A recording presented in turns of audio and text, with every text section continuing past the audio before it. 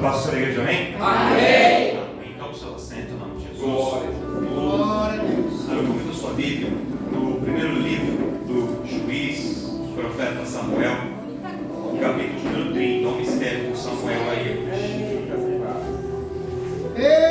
Primeiro livro de Samuel, capítulo de número 30. Essa é uma leitura um pouquinho longa. Nós vamos ler do verso 1 até o verso de número 8. E depois a gente vai saltar o verso 17. E a gente vai ler 17, 18 e 19. Primeiro livro do juiz, profeta Samuel, capítulo de número 30. Quem encontrou aí, dá uma glória a Deus. Glória a Deus. Por acaso está sem a Bíblia, não encontrou, acompanha pelo Data Show ou alguma pessoa aí do seu lado, para que todos possamos fazer a leitura da palavra. Diz assim o título, ou a epígrafe: Ziclag é saqueada pelos amalequitas. Verso 1. Sucedeu, pois, que chegando Davi e os seus homens ao terceiro dia a Ziclag, já os amalequitas com ímpeto tinham dado sobre o sul e sobre Ziclag, e tinham ferido a Ziclag e tinham posto a fogo. E levaram cativas as mulheres que estavam nela, porém a ninguém mataram, nem pequenos nem grandes, então somente os levaram consigo e foram pelo seu caminho. E Davi e os seus homens vieram à cidade, e eis que estava queimada a fogo, e suas mulheres, seus filhos e suas filhas eram levados cativos. Então Davi e o povo que se achava com ele alçaram a sua voz e choraram, até que neles não houve mais força para chorar. E também as duas mulheres de Davi foram levadas cativas, Ainoã, a jezreelita, e Abigail, a mulher de Nabal, o carmelita. E Davi muito se angustiou, porque o povo falava de apedrejá-lo, porque o ânimo de todo o povo estava em amargura, cada um por causa dos seus filhos e de suas filhas. Todavia, Davi se esforçou no Senhor seu Deus. E disse Davi a Abiatar o sacerdote, filho de Aimeleque: Traze-me, peço-te, aqui o éfode. E Abiatar trouxe o éfode a Davi. Então consultou Davi ao Senhor, dizendo: Perseguirei eu a esta tropa? Alcançá-la-ei? E o Senhor lhe disse: Persegue-a, porque de certo a alcançará e tudo libertarás. Agora a gente pula do 8, vai lá para o 17. O verso 17 que diz assim, ó: E feriu-os Davi desde o crepúsculo até a tarde do dia seguinte, e nenhum deles escapou, senão só 400 jovens que, montados sobre camelos, fugiram. Assim, livrou Davi tudo quanto tomaram os amalequitas, e também as suas duas mulheres livrou Davi. E ninguém lhes faltou, desde o menor até o maior, e até os filhos e as filhas, e também desde o despojo, até tudo quanto lhe tinham tomado, tudo Davi tornou a trazer. Glória a Deus. Esse texto, para a gente entender bem, eu vou ter que te contar a história. Pregar não sei, mas para contar a história eu estou aprendendo. Então a gente vai contando essa história. Você não sai com uma boa pregação, por isso aprendeu uma história da Bíblia hoje para levar para sua casa. E é uma história que ela é bem pouco pregada. Ela não é muito conhecida. Então, para a gente entender o que está acontecendo aqui, eu vou ter que entrar um pouquinho no detalhe.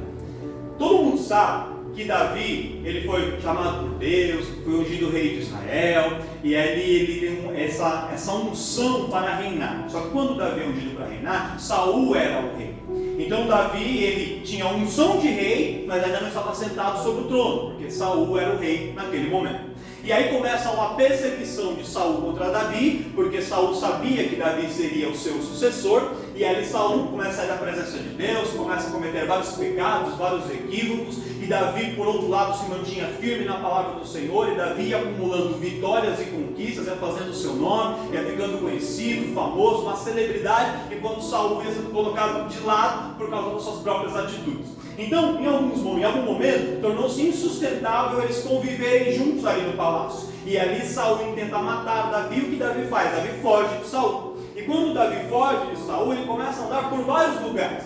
e ele só encontra refúgio em um lugar, ele vai parar na caverna de Adulão, e ele vai fugindo de Saul. E aí Davi entende que enquanto ele estivesse dentro do território de Israel, a qualquer momento Saul iria pegá-lo, porque os exércitos de Saul iriam rondar toda a terra de Israel. Então o que Davi entende? Que ele tinha que sair do território de Israel. Aí ele vai para o território vizinho, que era dos filisteus. Só que o detalhe é que os filisteus eles eram inimigos dos israelitas. Eles eram inimigos mortais, viviam guerreando. Era uma guerra aqui, aí acalmava, e tinha outra guerra, acalmava. Inclusive, o gigante que Davi matou, chamado Golias, era filisteu. Então Davi chega ali para o rei dos filisteus, o rei Ax, na cidade de Gate, a capital da Filístia, e ele fala assim: olha, eu preciso de um refúgio. Eu preciso de um lugar onde eu possa ficar com os meus homens, porque nesse momento Davi já tinha os seus homens, que ele havia conhecido na caverna de Adulão, tinha um grupo que o seguia, e ele pede refúgio para o rei dos filisteus. Aí o rei dos filisteus fala assim para ele: aqui em Gate não tem lugar para você, mas nós vamos te dar uma cidade, para que você possa habitar nessa cidade com os seus homens. E ele dá para Davi uma cidade chamada Ziclag, que ficava cerca de 120, 128 quilômetros ali da capital de Gate. E ali Davi vai para aquela cidade distante, e ali ele fica com os seus homens. E Davi começa a morar ali com eles. Então os seus homens estavam lá, as suas mulheres, os seus filhos, e eles vão vivendo ali. E aí o que acontece? Como parte de pagamento pelo favor que o rei dos filisteus havia feito a Davi, quando havia uma guerra, quando algum inimigo se levantava contra os filisteus, o rei dos filisteus, o rei Ax, ele mandava chamar Davi. Ele convocava Davi para a guerra e falou assim: olha Davi, os amorreus estão se levantando contra nós, junta aí os seus homens, alise o nosso exército para a gente ir lá e derrotar esse inimigo. E Davi, como estava morando de favor, ele não podia falar não. Então o que ele fazia? Ele juntava os seus homens e eles iam para a guerra. E eles se juntavam ao exército dos filisteus, e Davi, que antes tinha sido inimigo dos filisteus, agora lutava junto com o exército dos filisteus contra outros inimigos. E assim foram em várias batalhas. Foram 1, 2, 3, 5 batalhas. E todas as batalhas que Davi entrava, Deus dava a Davi a vitória. E aí os filisteus ficavam felizes. Por quê? Porque ter Davi contra eles era um grande perigo. Mas ter Davi como aliado era algo valiosíssimo, porque Davi trazia a vitória para eles. E aí foi indo assim por um tempo. Até que em determinado momento levanta-se uma outra guerra. Só que essa guerra era diferente. Quem se levanta como inimigo dos filisteus foi Israel, ali liderado por Saul. E aí o rei Ax manda convocar Davi de novo. Falou: Davi, tem um outro inimigo que se levanta contra nós e a gente vai ter que ir para a guerra. Aí Davi falou: pode deixar, quem é o inimigo? Ele falou: Israel. E aí Davi ficou numa situação difícil. Por quê? Porque se ele lutasse, ele teria que lutar contra o seu próprio povo.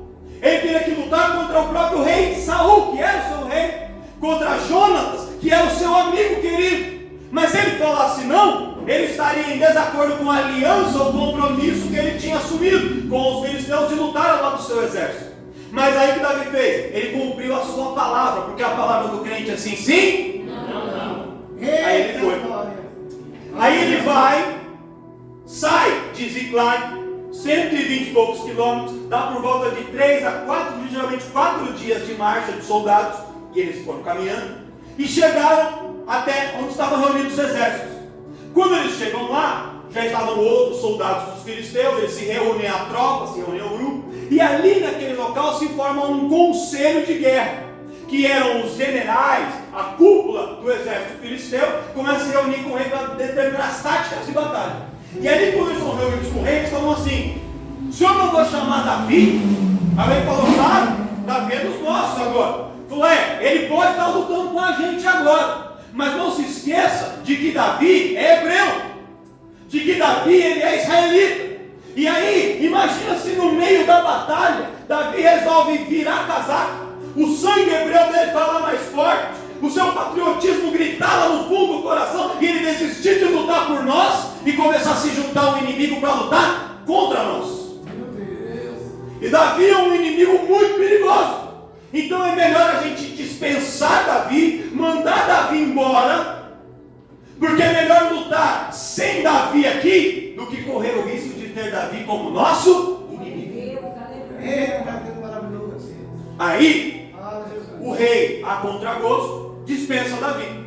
Davi pega os seus homens, 600 homens, e voltam para Ziclag. E eles começam a marchar, voltam rapidamente, 3 dias de caminhada. E aqui, irmãos, só vou abrir um parênteses, foi um livramento tremendo para Davi.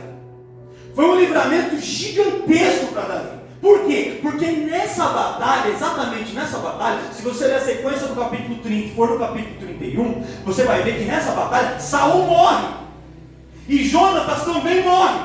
Eles foram mortos nessa batalha dos filisteus contra os israelitas.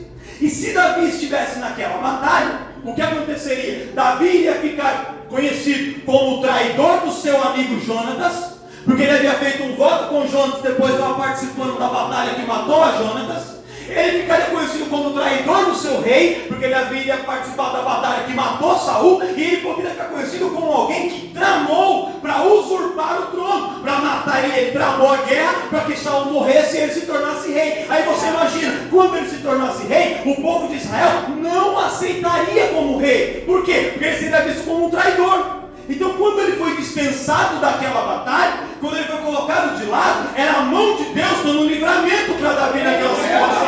Davi não entendeu, ele foi preparado para lutar, mas Deus o tirou da batalha. Eu quero abrir um parênteses aqui. Tem vezes, irmãos, que Deus nos tira de algumas lutas, Deus nos tira de algumas pelejas, Deus nos tira de algumas situações, Deus nos coloca de lado, Deus nos coloca de canto. Aí você fala, Senhor, por que eu estou excluído aqui? Por que eu estou esquecido aqui? Por que me dispensaram? Por que eu estou longe? Isso, não reclame, é livramento de Deus, porque Deus está agindo agora, porque Ele está vendo que lá na frente Ele tem um livramento preparado para você. Às vezes, irmão, a gente quer fazer justiça com as nossas mãos, a gente quer agir, e Deus fala, não entra nessa guerra, não compra essa briga, sai de lado, vai para o canto, vai para fora, e Deus nos coloca de lado, e a gente não entende, mas lá na frente a gente vai entender que era Deus que nos tirou da batalha, porque tem luta que é para a gente lutar, mas tem luta que é Deus que vai lutar por nós.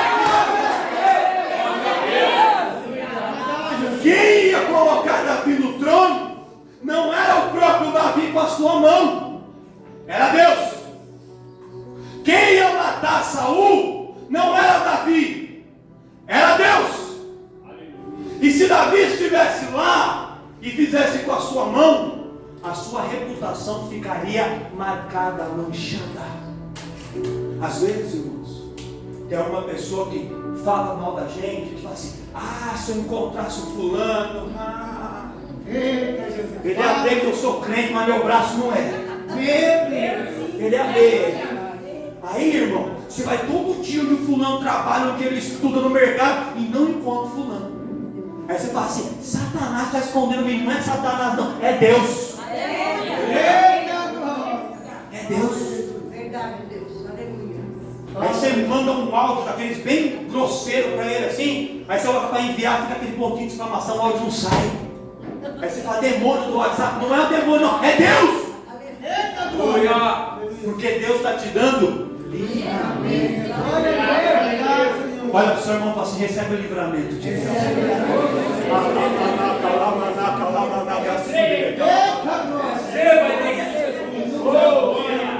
Glória a Deus.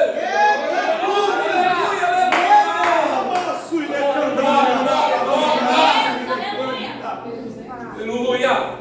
O crente ele não é covarde, irmão. O crente ele luta as lutas que ele tem que lutar. Mas nem toda luta a gente tem que entrar. Não são todas as lutas que a gente tem que entrar. Quando você vai estar numa luta, pergunta se Deus está nesse negócio ou não. Às vezes está lá no trabalho, aí está alguma situação, estão se levantando contra o fulano, você fala, não, fulano é amigo meu, fulano é parça, vou defender o fulano. Cuidado para comprar briga se você não sabe se tem que comprar briga ou não. Às vezes tem caroço nesse angu e você não sabe. Aí você vai defender o fulano, toma para o lado dos dois. Quem está entendendo o que Deus está falando? Se não entendeu, depois você está no YouTube e assiste de novo. Dá um like. Eu vou pegar mais simples hoje, pastor. Porque semana passada foi uma muito complicada, o povo não gostou. Quem viu lá no YouTube, não entendeu nada. O cordeiro, o estômago do cordeiro, não entendeu nada. Eu vou pegar uma mais simples hoje. Aleluia, Jesus. Glória a Deus. Aí, vou voltar para o Davi. Aí, o Davi volta. E aí eles estão estão com tanta pressa de voltar para casa que eles voltam rápido. Só que 4 dias para ir, o tempo que eles ficaram no conselho de guerra para decidir tudo isso, ser dispensado, e o retorno mais 3 dias, eles ficaram de 10 a 12 dias fora. E enquanto eles estavam fora, todos os homens do acampamento, quem ficou lá? As mulheres e as crianças. A família ficou lá. Quando eles saíram, os amalequitas, inimigos sorrateiros, chacais do deserto, povo malandro, esperto, viu que todos os homens foram embora, ficou só as mulheres e as crianças. Falou: vai ser fácil conquistar essa cidade.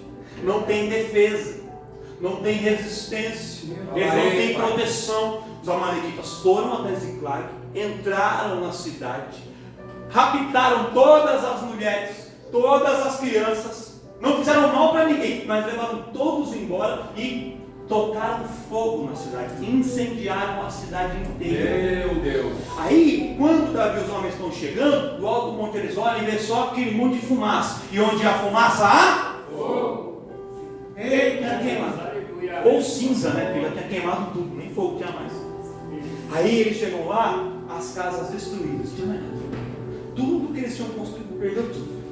E não havia nenhuma mulher, nenhuma criança. A família deles havia sido levada. A família de todos eles, inclusive a de Davi, havia sido raptada. Não havia corpos, não havia mortos, mas não havia ninguém. Todo mundo havia sido levado. O escritor bíblico aqui diz que aqueles homens, soldados, valentes, homens fortes, corajosos, guerreiros, eles começaram a chorar. E eles choraram tanto que na tradução original da Septuaginta diz que eles choraram toda a noite até que as forças lhe faltaram e desmaiaram pela falta de força. O choro deles era tão alto que se podia ouvir à distância o barulho dos gritos e do choro daqueles homens. Eles choram a noite toda. E aí chega o dia seguinte. No dia seguinte, Davi se levanta e fala: o choro dura uma noite, mas a alegria vai vir no amanhecer. Chega de chorar. Tem o tempo de chorar. A luta veio, tem que chorar. Pode chorar. É pecado chorar? Não é pecado chorar. Mulher chora, chora. Homem chora, chora também. Aleluia. Criança chora, velho chora, todo mundo chora. Aleluia. Aleluia. Mas não está chorando a vida toda. Tem um tempo de chorar, mas tem um tempo de levantar, chegar as lágrimas, levantar a cabeça, sacudir a poeira e dar a volta por cima, porque Deus me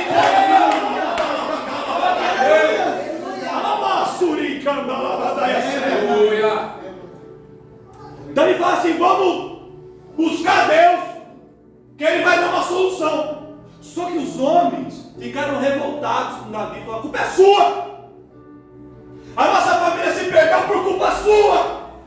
Foi você que nos trouxe aqui. Foi você que quis ir para a guerra. Foi você que aceitou a aliança com os filisteus. A culpa, Davi, é sua. Sabe o que eu achei interessante? Todos os cultos de domingo que a gente tem, todos, Deus usava em diferentes palavras.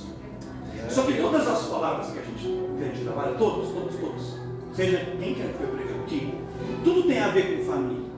Porque quando é uma bênção para você, ou Deus está exortando você para você mudar, quando você muda, você ajuda a ganhar a sua família para Jesus através da sua Deus. Quando Deus te abençoa, a sua bênção é um testemunho para a sua família que vai convertir, de que Deus é na sua vida. Então tudo no final tem a ver com família. Mas algumas vezes, Deus, e é o caso de hoje, Deus nos leva para falar especificamente, diretamente, objetivamente sobre família. E é essa palavra aqui. Aleluia. Porque aqui, irmãos, o inimigo roubou, levou a família daqueles homens. A família deles foi roubada. A família deles foi raptada. Num dia os caras saem para ir para o trabalho, que era guerra. Quando eles voltam, não tem mais família, não tem mais nada. Deus. Acabou tudo. Sumiu tudo. Desapareceu. E quando os problemas acontecem dentro da família, tem dois tipos de atitude. Ou melhor, tem três. Primeiro tipo de atitude. O problema está lá, mas a pessoa faz de conta que não está acontecendo. Eita, glória. Fala, Jesus. Aleluia. Para me ajudar a pregar, você tem que deixar um tapete. Oh, Porque aí agora eu ia pegar o tapete e estava indo para baixo do tapete. meu Não Deus. tem. Mas imagina um tapete. Jesus. Tem gente que faz isso. De conta, Senhor. Não, na minha casa não, isso não está acontecendo. Meu Meu filho? Não, imagina, você não Eita, conhece. glória. Ai, Fala, Jesus. Jesus. A minha esposa? Imagina. Essa pura. Tem gente que faz de conta que não está vendo. Fala, Jesus. Olha para o seu irmão e fala assim: encare seus problemas de frente. Eita, glória. Fazer de conta que não está acontecendo não vai mudar a situação, irmão. Não vai mudar. Você não precisa falar para todo mundo. Não é para sair falando para os outros, mas você tem que saber o que está acontecendo. Fala, Jesus. Aleluia, Deus. Alcoólatra, meu marido, não. Ele só toma uma garrafa de 51 todo dia, mas é só assim, socialmente. É só um cara. Meu Deus. Meu Deus. Fala, Jesus. Aleluia. Ele gasta o dinheiro com droga, com jogo, mas é um bom marido. Não deixa faltar nada aqui em casa. Eu abro o armário, tem comida aqui. Tá tudo bem, tá tudo bem. Meu Deus. Fala, Jesus. Jesus da glória. Aleluia, Deus. Tremendo. Mas uma pessoa, Jesus, aleluia. eu já contei isso. Eu vou contar. Ô, glória. Fala. Posso falar pra você? Fala. Fala, A Jesus. pessoa falou assim: eu conheço uma família, a família é uma bênção. Tem a mãe, aí tem o filho é uma bênção. Menino bom, trabalhador, luta jiu-jitsu, atleta, menino bonito, menino bom. Às vezes, quando ele fica em casa, porque ele bebe um pouco, ele dá uns cacetes na mãe, leva a mãe para umas 3 vezes, mas é um menino bom. É um menino bom, sabe quando ele só boa? Ele só bate na mãe, manda a mãe para o hospital 3 vezes. Quebrou o braço da mãe na pancada, mas é um menino bom. Tá tudo bem, ó.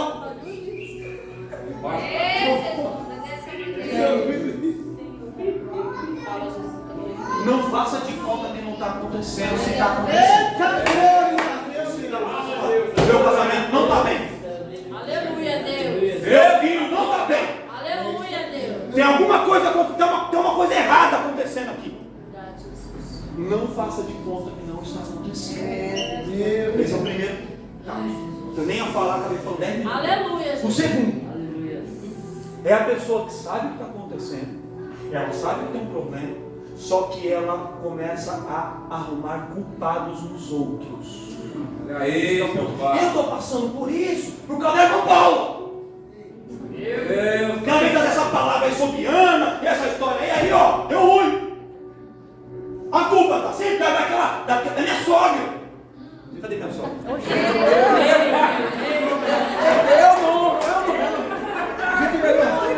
Glória a Deus.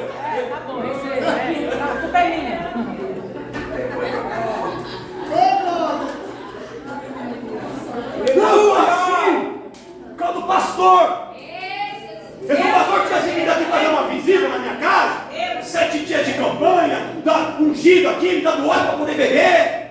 Tá tudo bem. Aí o pastor não veio, ficou assim em minha casa. Meu Deus. Fala, Jesus. Eram os homens aqui. Sabe o que é a culpa, Davi? A culpa é sua, Davi. A culpa é sua, fulano. A culpa é sua. Irmão, pare de jogar a culpa nos outros. Se um casamento não dá certo, não é só um dos dois que é culpado. Os dois são culpados. Um pode ser um pouquinho mais, outro um pouquinho menos, mas é os dois. Eita, glória. Se o filho não está indo para um caminho muito bom, não é só a mãe que é responsável, ou não é só o pai, é os dois. São os dois. Fala, Jesus. E se a igreja está com problema, a culpa não é do pastor. Pastor Inácio. Eita, glória. A doutora Simara também, divide vocês. A culpa, irmãos, tem que ser compartilhada. Esse é o segundo. Aleluia. E o terceiro? O terceiro terceiro é aquele que olha e fala: temos um problema aqui. É, Deus. Fulano tem culpa, o outro tem culpa, eu também tenho culpa, mas eu não quero ficar sabendo só de quem é a culpa. Eu quero encontrar a solução. Eu quero encontrar a resolução para isso. Temos um problema. Como que a gente resolve esse problema? Aleluia, Deus. Os homens, os 600 homens, eram do tipo que apontava: Davi é com pessoa. Só que Davi era o cara que queria encontrar a solução. E aí, como Davi queria encontrar a solução, ele ficou com medo, porque todo mundo queria apedrejá-lo. Ficou. Ele ficou preocupado? Ficou. Mas ele permaneceu firme no Glória a Deus. Aí, Davi falou assim: eu, Davi, eu não sei fazer. O problema é muito sério, eu não sei fazer. E tem problemas dentro das nossas casas, dentro das famílias, que a gente olha e fala assim: eu sei que tem um problema. Eu sei que o problema é sério, mas eu não sei como resolver isso. Quantas vezes falam: não sei. Não sei o que eu faço com esse menino mais. Eu não sei o que eu falo mais com o meu, mas não sei o que eu faço. Não sei. E quando a gente não sabe a resposta, quando a gente não sabe o caminho, eu vou te contar: tem alguém que sabe a solução. Tem alguém que sabe. Tem alguém que tem a direção. E o nome dele é Jesus Cristo de Nazaré. Fiel é o Senhor, aleluia.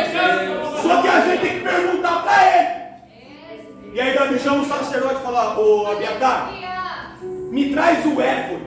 O que era o éfode? O éfode era uma das peças do traje, das vestes sacerdotais. Ele era uma espécie de um chale. Eles colocavam uma túnica, por cima da túnica colocavam aquele chale, como se fosse uma echarpe, colocavam ali por cima, bem grande, comprido, nas costas e na frente. E aí eles prendiam aqui no ombro com duas presilhas, 2 grampos assim, de ouro. E esses grampos aqui tinham uma pedra incrustada por cima, uma pedra de ônix, uma pedra preta. E nessa pedra estava escrito os nomes das 12 tribos de Israel: 6 no ombro esquerdo e 6 no ombro direito. Por quê? Porque o sacerdote tinha que levar o peso de carregar as tribos sobre os seus ombros. Além disso, ele por cima, juntando aquele éfode, aquele chale, tinha um gancho que vinha aqui e uma placa de metal com outras 12 pedras, representando também as 12 tribos de Israel. Por quê? Porque as tribos estavam à frente do sacerdote, à frente do seu próprio interesse e perto do seu coração. Ele não apenas tinha que carregá-lo como um peso, mas também tinha que amá-los com o seu coração. Aí ele carregava ali dentro das suas vestes. E ali ficava, nessa placa, nos cantinhos, tinha outras 2 pedrinhas, chamadas Urim e Tumim. E essas 2 pedrinhas, os sacerdotes usavam para consultar a Deus. Como fazia isso? Não sei, eu também não sei de tudo. Não sei até. Mas dizem que, quando o sacerdote ia consultar a Deus, ele podia fazer para Deus perguntas de sim ou não. E aí uma das pedras representava o sim e a outra pedra representava o não. E quando ele orava, Deus fazia com que a pedra da resposta, sim ou não, ela brilhasse e a outra pedra ficava escurecida. Então eles consultavam a Deus dessa forma. Então o que Davi fez? Fala: sacerdote Abiatar, traz o éfode para mim. Aí ele traz aquele chale junto com as pedras, com o urim, com o tumim. E Davi faz uma pergunta para Deus: Deus, eu devo sair na perseguição dos inimigos, sim ou não? Aí Deus fala: sim. Aleluia. E aí eu vou ir atrás deles, eu vou alcançá-los, vai dar tudo certo. Deus fala: vai dar tudo certo. Você vai ir, vai alcançar e vai trazer de volta aquilo que foi perdido. Porque o inimigo é ladrão e roubador, mas eu sou Deus de restituição. Eu sou Deus que restitui. Eu sou Deus que restitui. Glória a Deus. Louvado seja Deus, aleluia. Quem tem que Deus é Deus de restituição? Aí Davi junta os homens todos, 600 homens. Só que dos 600, irmão, presta atenção, dos 600, 200 fala: Davi, não tenho força. Essa situação foi muito gatilho para mim. Eu estou muito abatido, chorei a noite toda, não tenho força para ir. O que Davi faz? Fala para eles: beleza, tá certo, irmão. Faz o seguinte: vocês 200, fiquem aqui. Tomem conta da cidade, do acampamento, daquilo que a gente trouxe, e nós outros 400 vamos. Só que os 200 que vão ficar para tomar conta da cidade de todos, nos bastidores. E os 400 que vão lutar não só pela família deles, vão lutar pela família de todos. Dentro da obra, tem gente que está aqui na linha de frente. Hoje eu estou aqui pregando, mas o culto não se resume a alguém subir aqui para pregar. Tem pessoas que estão lá fora cuidando de carro, tem pessoas ali mexendo no som, tem pessoas fazendo contabilidade, tem pessoas fazendo a reforma no novo templo e trabalhando, tem pessoas que vão fazer outras coisas que você não vê, mas não é porque você não vê que o trabalho não esteja sendo feito, que ele não seja importante. Tem quem vai para a linha de frente, tem quem vai e fique para poder cuidar das coisas, mas quem está pregando para todos, quem está limpando para todos, quem está orando para todos, quem está intercedendo para todos, e assim é que a obra caminha, quando um faz por todos. Quem está entendendo o que Deus está falando? Eles vão. Essa história é tremenda, pastor. Essa história é linda do escritório. Presta atenção, eles vão. Aí eles estão indo, só que eles não sabiam para onde ir. Aí eles saíram andando. E aí encontraram um homem caído à beira do caminho, um homem egípcio, semi-morto. Aí Davi pega aquele homem junto com seus soldados, começam a cuidar daquele homem, dão a ele comida, dão a ele bebida. E não foi só pão e água, não. Deram uvas passas, figos, mel, do bom e melhor. Cuidaram do homem, ficaram quase 3 dias cuidando dele. Aí o homem estava fraco, recobra suas forças. Aí quando o homem recobra suas forças, ele fala: quem é você? Aí ele fala: eu sou um egípcio, e eu sou servo de um senhor amalequita. O meu senhor é amalequita. Nós acabamos de sair, a gente foi por todas as terras do sul, fizemos vários saques, vencemos várias batalhas, e fomos até Ziclag, e nós botamos fogo em Ziclag, e nós incendiamos a cidade, e nós raptamos as mulheres. Daí falou: mas o que você está fazendo aqui? Por que você ficou aqui? Ele falou: porque eu fiquei doente, e o meu Senhor me abandonou no meio do caminho, e eu fiquei aqui. Meu Deus. Aí olha só, irmãos, se Davi não tivesse parado para cuidar daquele homem, ele não saberia o que tinha acontecido. Porque ele não sabia que ele tinha raptado as mulheres. Ele descobriu que foram os amalequitas naquele momento. Pastor, eu não entendi.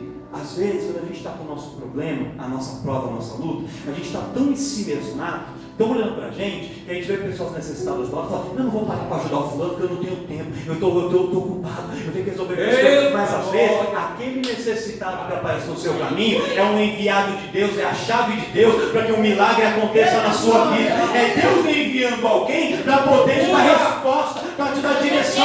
Deus está olhando tudo para você com o seu problema, que não quer parar para ajudar o outro. Eu estou na prova, pastor, não dá tempo de ajudar ninguém. Mesmo na prova, pare, ajude, ore, cante, louve, porque no meio da sua prova, Deus prepara pessoas e situações para ser canal de bênção para você. Eu não vou na quinta-feira não para orar por ninguém, porque eu estou na prova. Não quero orar por ninguém, quero que orem por mim. Mesmo na prova, estenda a mão e esteja intercedendo, esteja orando, esteja pregando, porque quando você faz a obra mesmo no meio da prova, mesmo no meio da dor, Deus recompensa, Ele é galardoador, Ele é abençoador. Glória, Senhor, aleluia. Aí Davi fala assim: então me leva onde vai estar os amalequitas. Ele falou: eu levo, só com uma condição: quando chega lá, você não me devolve meu Senhor, senão ele vai me matar. Então ele falou: não, fica tranquilo, está guardado com a gente. Aí o homem mostra onde fica o acampamento dos amalequitas.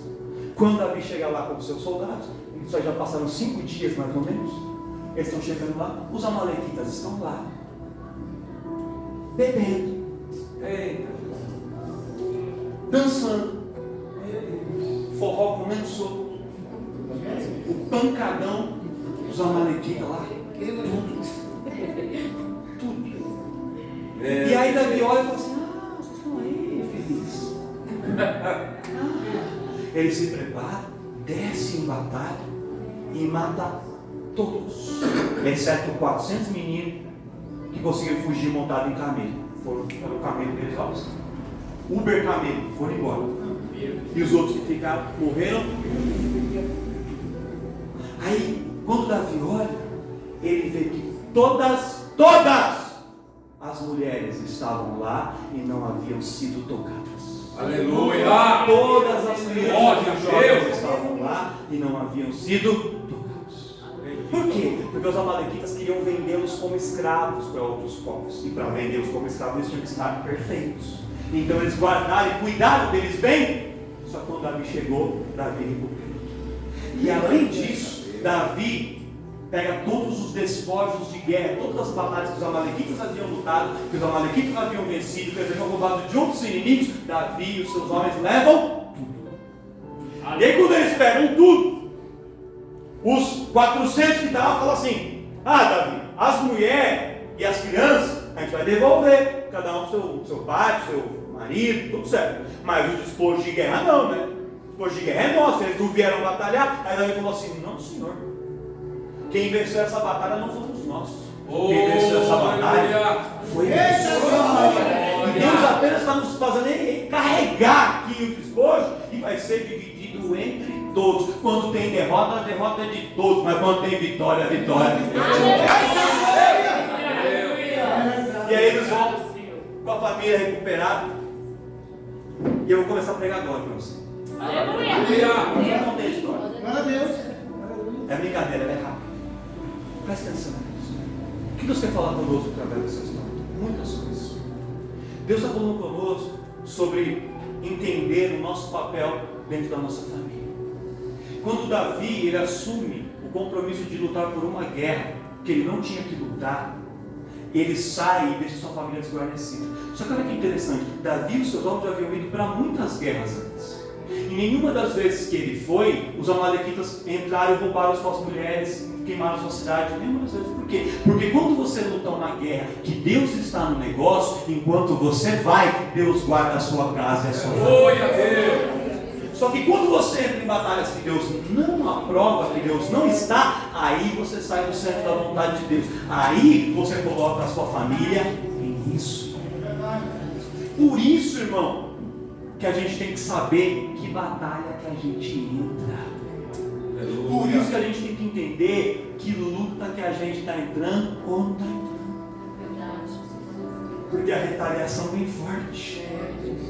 Mas quando nós estamos sendo a vontade de Deus, o inimigo pode cercar, cirandar, olhar, fugir, ganir, deitar, pular, esbravejar, mas ele não toca naquele que está guardado pela presença de Deus. Você acha, irmão, que você vai vir aqui para o culto para fazer a vontade de Deus e o inimigo vai tocar na sua família enquanto você está aqui? Vai nada. Enquanto você está aqui, você chamou seu filho para vir, chamou o marido, chamou a esposa, não quiseram vir, amém, eles não vieram, mas aonde eles ficaram, Deus está guardando, Deus está protegendo, Deus está zelando, porque o Senhor cuida dos nossos. Tem vezes que você, nem tudo um pai consegue cuidar de um filho. Ele não pode estar 24 horas por dia com ele. A esposa não pode estar 24 horas por dia com o esposo, não, o esposo com a esposa, não dá. Só que Deus está 24 horas por dia conosco. Onde quer que a gente vai, onde quer que esteja, Ele está guardando. Só que a gente tem que entender. E se em algum momento a gente escorregar, sair ali do caminho, falhamos, porque às vezes a gente falha. Às vezes as batalhas acontecem na nossa casa porque a gente está ausente da nossa casa. E ausente, eu não estou falando só ausente fisicamente, não. Às vezes o corpo está lá, mas só o corpo. Tem pessoa que tem tempo para ver todos os lançamentos da Netflix, mas não tem tempo de bater um papo com o filho para saber o que está acontecendo. Ele tem tempo para responder a mensagem de todo mundo no WhatsApp. A pessoa está ali digitando a mensagem e já está esperando para poder responder. Só que não conversa com a esposa, não conversa com o esposo dentro de casa. Sabia que acabou o glória agora? Aleluia. Glória a Deus. Gente, já gastaram os olhos. Entende, irmão? Que a gente tem que perceber. Nós estamos na nossa cidade ou a gente está ausente e dando brecha para o inimigo entrar na nossa cidade? Glória a Deus. E quando ele entra, ele rouba, ele queima, ele destrói. E talvez tenha pessoas aqui que o inimigo já entrou dentro da sua casa, levou um filho para as drogas, levou um esposo para a bebida, levou uma esposa para algum outro caminho. Você fala: Senhor, como é que vai ser? Mas ele tem promessa de restituição para nós. Aleluia. O ideal é a gente tomar cuidado para não acontecer. Mas se aconteceu, Ele é Deus que restitui. Se você consegue olhar para um irmão, para uma irmã e dizer assim, Deus vai restituir a tua família nessa noite. Deus está restituindo a tua família nessa noite. Ele está restituindo as vossas famílias, as vossas casas, as vossas posses. Porque Ele é Deus de restituição. Eu tinha vários pontos para falar. Quando a gente vai lutar para restaurar a nossa família, a gente tem que ter a estratégia certa. O processo para resgate de uma família não é um processo simples. Tem gente que pega um casamento em crise e fala, meu casamento está em crise, eu vou reservar o melhor restaurante de São Paulo, vou comprar um pacote de viagem, a gente vai viajar e fica tudo bem. Fica tudo bem os 3 dias que vocês estão lá. Quando você passa a noite lá, comendo do bem e do bom, vai tirar foto, selfiezinha no Instagram, tá tudo bem. Quando volta para casa, um pega a faca, outro pega o martelo e o capeta aqui.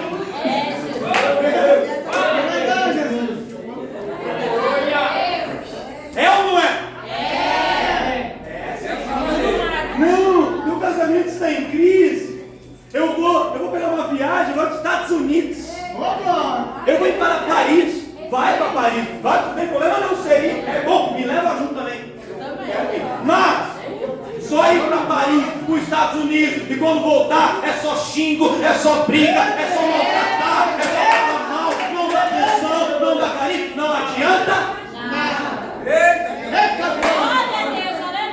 Pode papai, mas tem que mudar de atitude. E a estratégia, irmão, muitas vezes a gente não sabe como fazer. Quem que vai dar? Então, a gente tem que começar a consultar a Deus para saber que decisões a gente tem que tomar.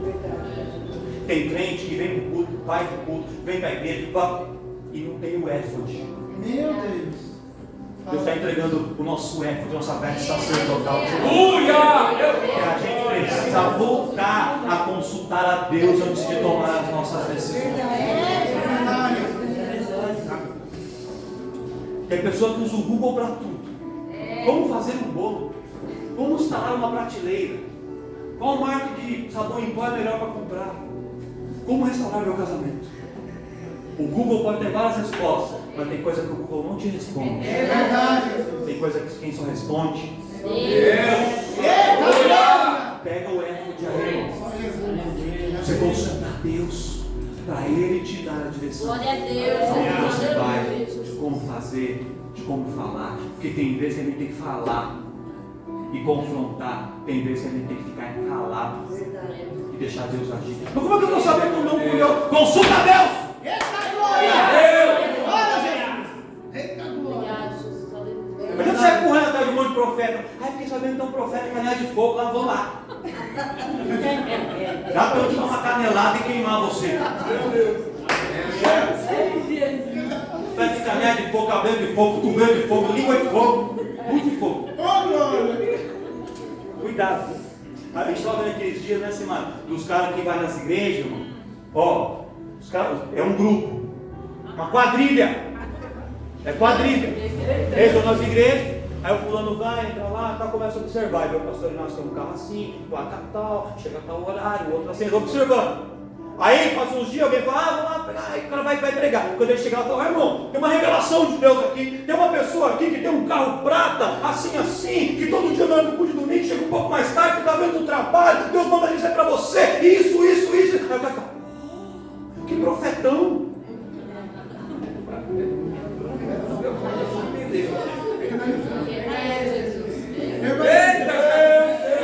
Pegamos otário que fica acreditando em qualquer coisa que vem. Aí o pastor sobe aqui e fala, pastor não sabe nada.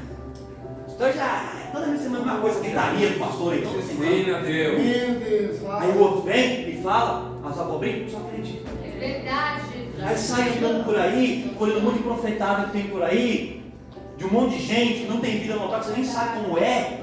O casamento destruído, pessoal que não tem nada de Deus.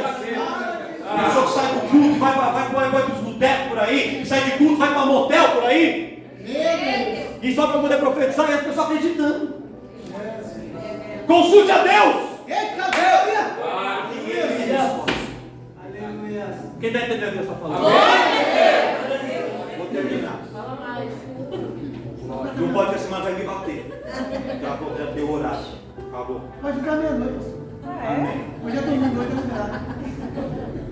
Presta atenção, irmãos. Para a gente fechar aqui. Para a gente encerrar.